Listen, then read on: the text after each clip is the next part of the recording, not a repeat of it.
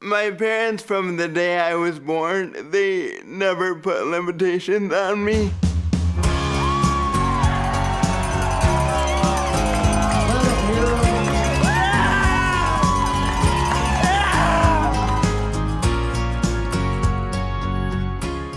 About 12 years ago, I started doing races with another team, and Dad kind of saw how much over time that I really loved it, and so he asked my sister if they wanted to do a race with me, and Team Agar was born ever since then. Yeah, he did a triathlon with a neighbor of ours who was a really good Ironman athlete, and two other guys. Jeff and Annie both decided that, if we train for this triathlon, we'll be able to push and pull Johnny in the next triathlon, which would be that following year.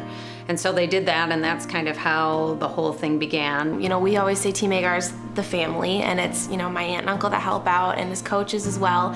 And so we are the support team. We do the transition from the swim to the bike, and then from the bike to the run. And it's, a big part to keep the timing down on that too, and to make sure, they have water and they have food and the nutrition they need to be ready on race day.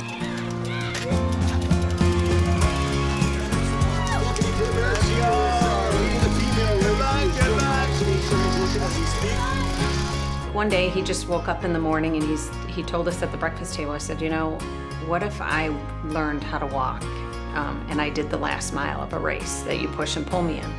And we said, absolutely.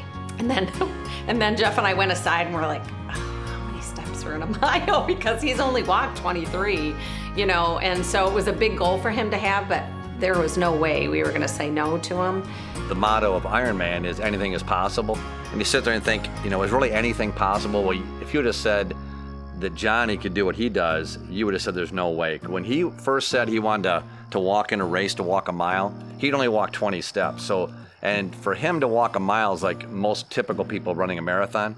He trained, and he ended up walking the last mile in our parish 5K race. I take a lot of pictures, and so I was gonna capture it on picture, and I couldn't see because it was over the hill. And somebody came running up to me and said, you have to get over the hill and see what's happening.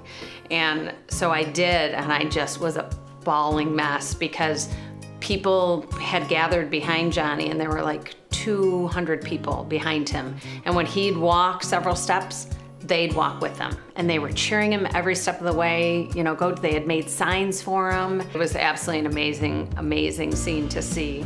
Kind of all love had pooled together right at that moment. There's so much that goes into Johnny walking. He has to think about every move he makes. With us, it's just a normal thing, even just me talking and moving my hands. But with Johnny, he has to think about his balance, where his feet are placed, his breathing, keeping his head up so his body stays straight. On his own, he just can't walk, right? But with the right tools in place, suddenly now, you talk about a major transformation. Now he could actually feel what it was like to be an athlete. And it's all because of Rip. Yeah, it would not have happened, had he not had the access to those kind of tools. I was really, really hesitant walking at first because a lot of the walkers that I used were just hard for me to use.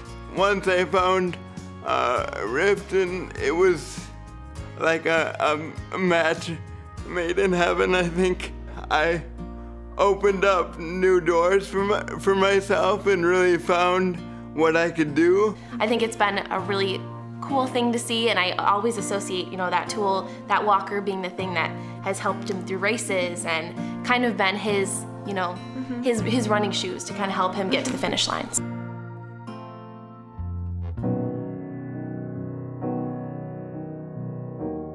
The doctors told my parents that I would probably never be able to walk, talk, or do a lot of things, but there was one piece of advice that the doctors gave my parents that they really held on to, and that was the fact, you could treat him as a person with cerebral palsy, or you could just treat him as your son.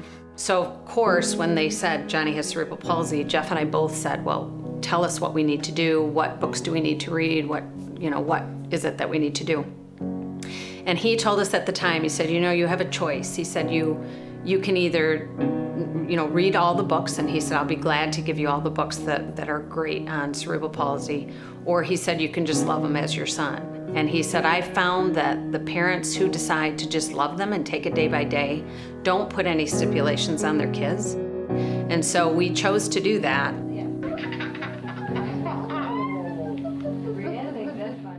Every activity we did, whether it was ice skating, and if you ever seen a kid who can barely walk on slippery ice, it's probably not all that pretty. They also made me available for certain chores around the house that I could do on my own, which was not my favorite, but it helped me and taught me a lot of lessons.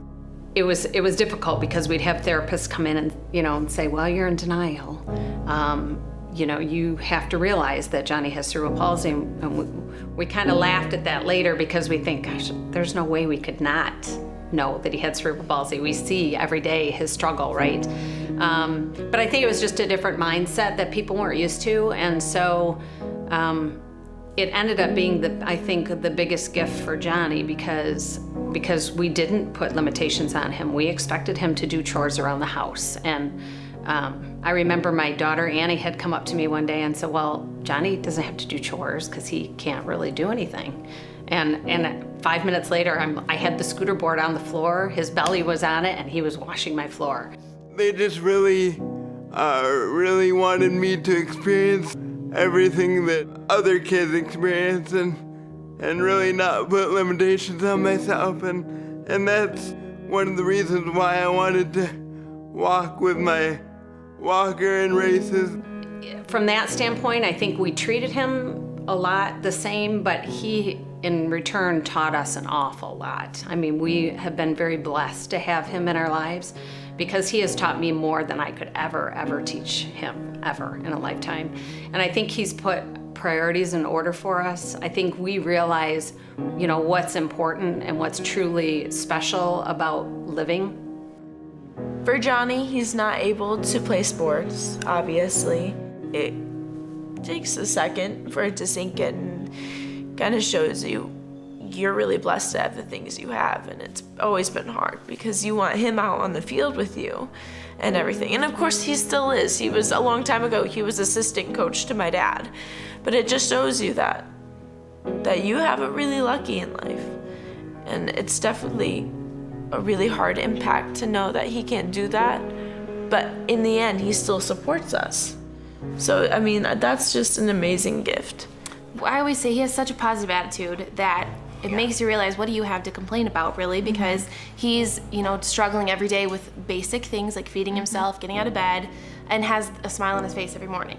And so for us, if we have a bad day, we come home, we see Johnny, we're like, was it really that bad of a day? Because we can walk, we could eat food on our own. So he really puts things in perspective and, brings us humor to the family that it just is really refreshing because, he's struggling through things, but he can still find time to laugh about it. And it really shows us, to be positive and have this energy that he brings. I mean, there's no disconnect between us. I mean, we played sports, he didn't, but he was right there every step of the way. So it's just like he's not disabled at all to us. Yeah. At all. So.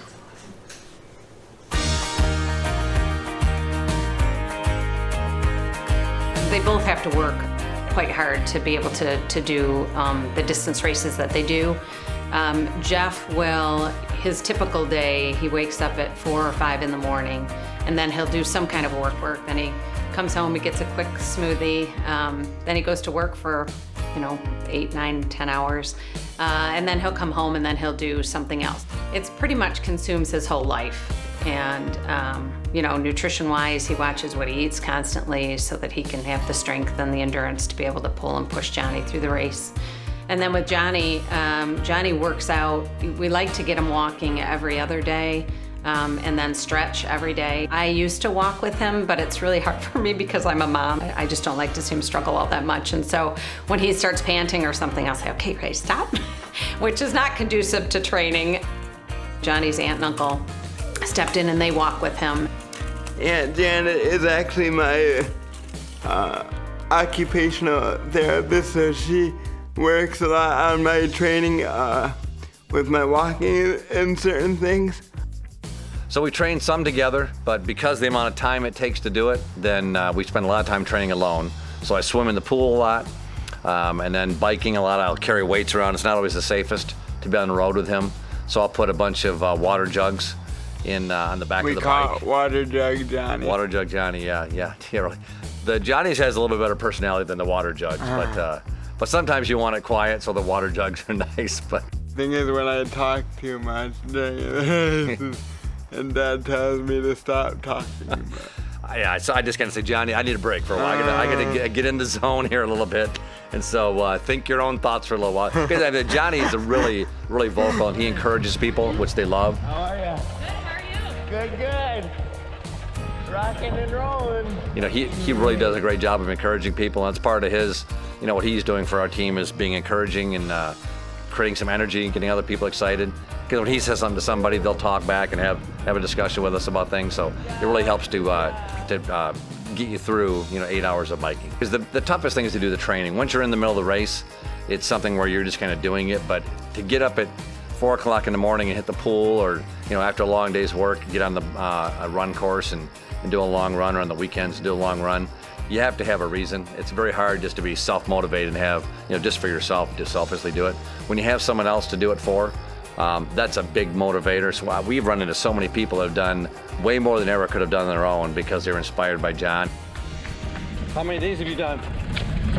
Oh, congratulations. Awesome, congratulations to you. It's amazing how many people we've heard from that never would have done a race before. We just ran into somebody 2 weeks ago who said, I'm only doing this race because I saw you walking in a video. And so now I'm thinking I can do a race like this if you can walk when you're not even able to, right? So it's those kind of amazing things happen all the time. So. You're my inspiration. Thank you. Oh, thank you. I have many friends that can't